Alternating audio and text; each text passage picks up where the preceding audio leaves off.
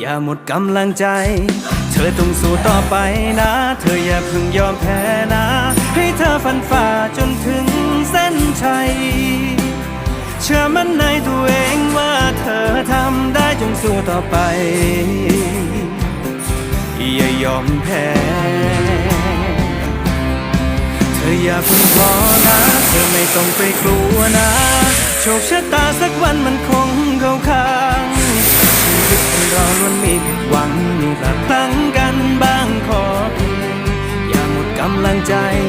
เธอต้องสู้ต่อไปนะเธออย่าเพิ่งยอมแพ้นะให้เธอฟันฝ่าจนถึงเส้นชัย